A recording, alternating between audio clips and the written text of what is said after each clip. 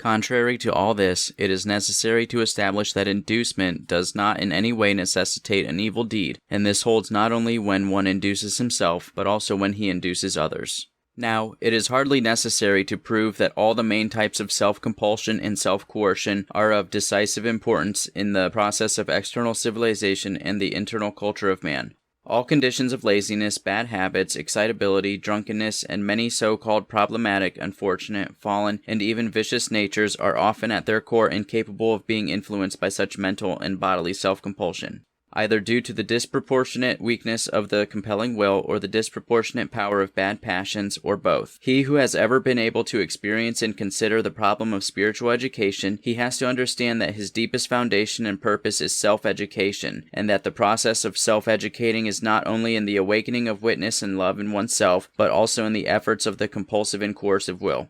Sentimental optimism, in the spirit of Rousseau and his contemporary supporters, characterizes people who are naive in the experience of evil, and it always gives us the right to ask if they themselves know what self-education is, and whether they themselves are always defined by an organically free and integral action of strong will in the direction of the highest good. He who cultivates himself spiritually knows well what self-compulsion and self-coercion are. It is clear that you can induce and compel yourself not only for good, but for evil. Thus, the mental compulsion of oneself to forgive a grudge or to pray will never be an evil affair, but compelling oneself to be rancorous, to deceive, or to knowingly prove a false and spiritually poisonous theory, or to the composition of a sycophantic ode, will be to psychically induce an evil act, a form of self-abuse. Similarly, the physical, strictly speaking, psychophysical coercion of oneself to carry out muscular work, to take a bitter medicine, to undertake a severe regime, does not bear the guilt of evil, but self-coercion. However, he who induces himself, in spite of his inclination, to smile falsely, smoothly flatter, to utter demagogic speeches, or participate in blasphemous performances, he coerces himself to evil and attacks himself psychophysically. And in this respect, the task of every spiritually educated person is to correctly find the line between self-compulsion and self-coercion on the one hand, and self-abuse on the other hand, strengthening oneself in the first and never turning to the second. For all types of self-abuse will always be equally dangerous and are the equivalent of a spiritual betrayal of oneself. Good self-inducement is called upon to wage an active struggle against the anti-spiritual, embittered, stubborn, I do not want to. Failure in this struggle is the first manifestation of lack of character. And it is the weakness of self-compulsion and self-coercion, this weakness of will in the face of evil passions, which raises the problem of spiritual assistance, i.e., the mental compulsion emanating from others. Needlessly naive morality, believing in unconditional free will, would begin to cry here for a personal effort that supposedly can easily be done. The problem of spinelessness is incomprehensible to the indeterminist. It is also in vain that the naive opponent of violence, believing in the unconditional power of spineless conspicuousness and spineless love, would convince and ignite a spineless soul. The problem of education is insurmountable for the sentimental. To help a person incapable of a good self-inducement, one can either weaken the power of his passions, the cathartic path which is impassable for an indeterminist, or by strengthening the power of his will, a peremptory path which is impassable for the sentimentalist. To educate the characterless child, or, that which is almost the same, a spineless adult, means not only to awaken in him a spiritual sight and to spark love within him, but to teach him cathartically in the discipline of self-compulsion and peremptorily in the discipline of self-restraint. For a man incapable of good self-inducement, the only way to lead him to this art is to subject him to external pressure emanating from others. It is clear that a man especially needs this assistance, in terms of spiritual aid from the outside, the less his life is built by the forces of clarity and love, and the less he is capable of self-inducement. The very behavior of such a person, his words, his will, his actions, appeal to everyone around him for strong-willed assistance. He himself perhaps does not ask for it, in part because he does not understand what exactly he lacks and does not know about the possibility of help from outside, and partly because he is hampered by his own lack of humility, bad self-esteem, and a sense of false shame. But his life silently pleads for salvation, or at least for help, and since the root of his suffering lies in a helpless inability to engage in self-compulsion, he does not need to be persuaded or initiated by love, but by a psycho-spiritual compulsion. A spineless man is exhausted, unable to cope with the task of spiritual self-education. He cannot measure and restrict himself or his own will. Objectively, he needs help from outside, and, not finding it, he surrenders to the unbridled flow of passions and vices. It would be in vain to refer to others' mastery and personal self-government in the face of this task. All of the great many people who have not developed a strong-willed character, who have neither a king in their head nor reigning sanctities in their hearts, prove with each of their acts their inability to self-govern and their need for social education. And the tragedy of those who run away from this task is that it remains for them inescapable. All people continuously educate each other, whether they want to or not, whether they are aware of it or not, are good at it or not, are sincere or careless. They educate each other with every one of their manifestations, their replies and inflections, a smile and its absence, arrival and departure, exclamation and silence, request and demand, treatment and boycott. Every objection, every disapproval, every protest corrects and strengthens the outer edge of the human personality. Man is a socially dependent and socially adaptive being, and the more spineless a person is, the stronger this law of return and reflection. But precisely for this reason, the absence of objection, disapproval, and protest gives the external face of the human being a confident swagger, an infamous disorder, a penchant for unrestrained brashness.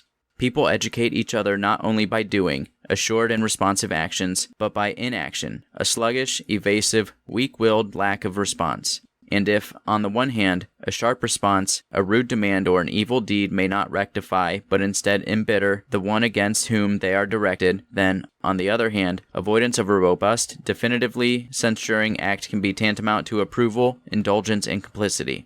In the mutual public education of people, juniors as well as seniors, bosses as well as subordinates, we find necessary not only a soft no within the halo of persuasive love, but also a firm no in the atmosphere of the oncoming interposition and afterwards the detachment. A man does evil not only because he is a villain, but also because he is accustomed to this weak-willed self-abasement in others. Slavery corrupts not only the slave, but also the slaveholder. Unbridled man is unbridled not only by himself, but also by the social environment, which allows him to unbridle himself. A despot is impossible if there are no reptiles. Everything is permitted, only where people have allowed each other everything. From God and from nature, the world is arranged so that people influence each other not only intentionally, but also unintentionally, and this cannot be avoided. Just as the mysterious process of inner purification by the Spirit and love is unavoidably, though unwittingly, expressed in the eyes, in the voice, in the gesture, in the gait, and equally inevitably, though often unconsciously, acting upon others as pacifying and inspiring, eliciting a songful reply with one's own hidden song. Similarly, the robust will acts in a strengthening, formalizing, and captivating manner on the surrounding people, as if provoking a creative rhythm, an innovative beat. But to avoid this influence consciously and deliberately is possible only because of groundless paranoia and a tragic misapprehension. The fearful person is exaggeratedly afraid to cause harm and therefore harms twice, for he acts hesitantly and operates only in a popular fashion, cultivating feebleness in himself and sowing lack of will around him, causing in himself the insecurity of his correctitude and calling into question for those around him his own fidelity to the good. And if he at the same time assures himself that he has withdrawn and granted others to do as they wish, then, on top of everything, he deceives himself and them. Just as clarity helps another to see and admit, and strong, sincere love helps another to catch fire and fall in love, in the same way, a strong, formative will helps another to make a decision, determining and supporting the spiritual side of their personality. And this happens not only in one order, that the strong-willed act operates by provision of a direct example, by infection, by inducement, by infatuation, suggestion, but also in the order that the will on behalf of others assists in the undertaking where will is lacking for a strong-willed act. Regarding this participation of the other's will in the strengthening and education of one's own, people become so accustomed to it from early childhood that later, adopting this engagement and using it, they forget about it and begin to sincerely deny it, its significance, and its usefulness. Consciousness or even a vague feeling that the other person wants me to do this has always been and always will be one of the most powerful means of human education. And this means is all the stronger, the more authoritative this other, the more definite and inexorable his will, the more true it is in the face of God, the more dazzlingly it is expressed, the greater the responsibility of the judgment, and the weaker the independent will of the educated.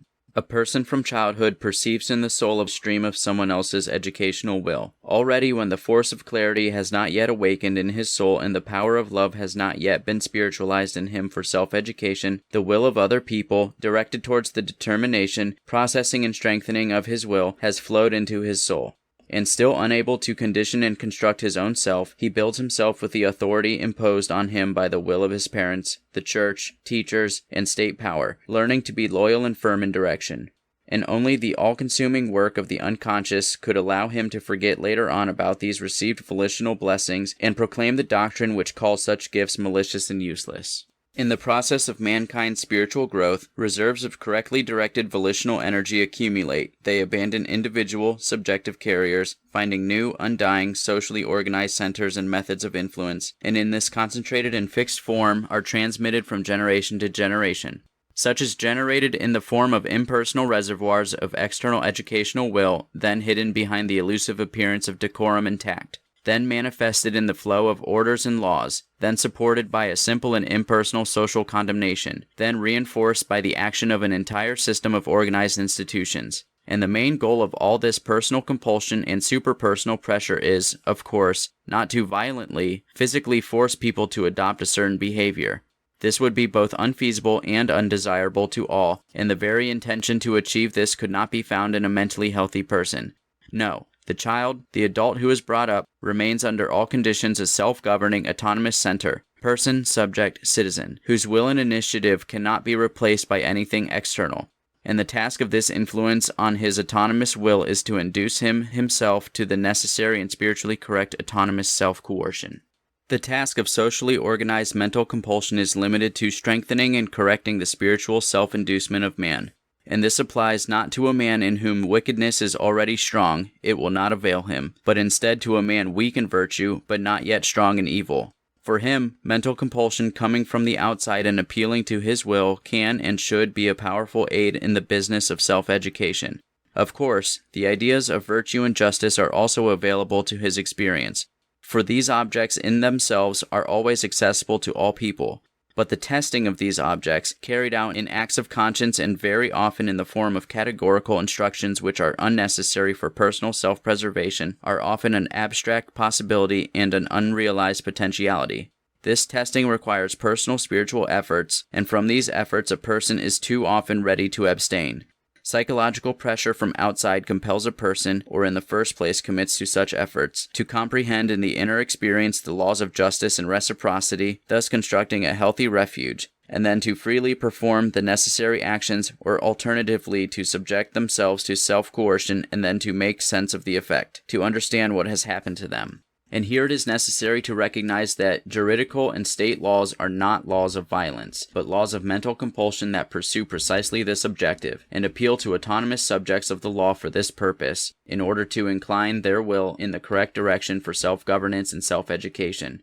In its main idea and in its normal operation, the juridical law is a formula of mature legal consciousness, an enshrined thought, advanced by the will and coming to the assistance of the immature mind, raising it to a sense of justice. And at the same time it is the willful element of the law that constitutes the beginning of mental compulsion. The juridical law by no means attacks a person, does not trample on his dignity, and does not abolish his spiritual self-government. On the contrary, he lives on his own, acts on his own, and alone is enhanced by free personal acceptance and self-inducement. However, at the same time it imperiously urges the individual psyche, and directly asserts legitimate authority, a form of order, prohibition, permission, the consciousness of socially organized opinion, and finally, the prospect of eventual, indeed probably forthcoming and unpleasant consequences. Disapproval, exposure, appearance in court, damages, and perhaps even exclusion from the known social circle, and even physical compulsion and punishment. And all these psychological forces, because the fear of physical coercion does not act physically but mentally, induce him to make those internal efforts which come from discretion and are of the will, those which were necessary, which he could have made himself, but which for some reason hitherto he himself, by himself, did not. But what if all this mental compulsion proves to be insufficient, and the compelled person still prefers not to see and not to expose himself to the necessary self-coercion? Then there are two outcomes, either to give him the freedom of arbitrariness and evil deeds, admitting in the process that orders and prohibitions are supported by nothing besides denunciation and boycott, and thereby provoke vicious and evil choices through the seductive idea of being externally unhindered, or turn to physical pressure. But maybe this means resisting evil with evil. Perhaps not mental compulsion, but physical compulsion and suppression is the real evil and the way of the devil.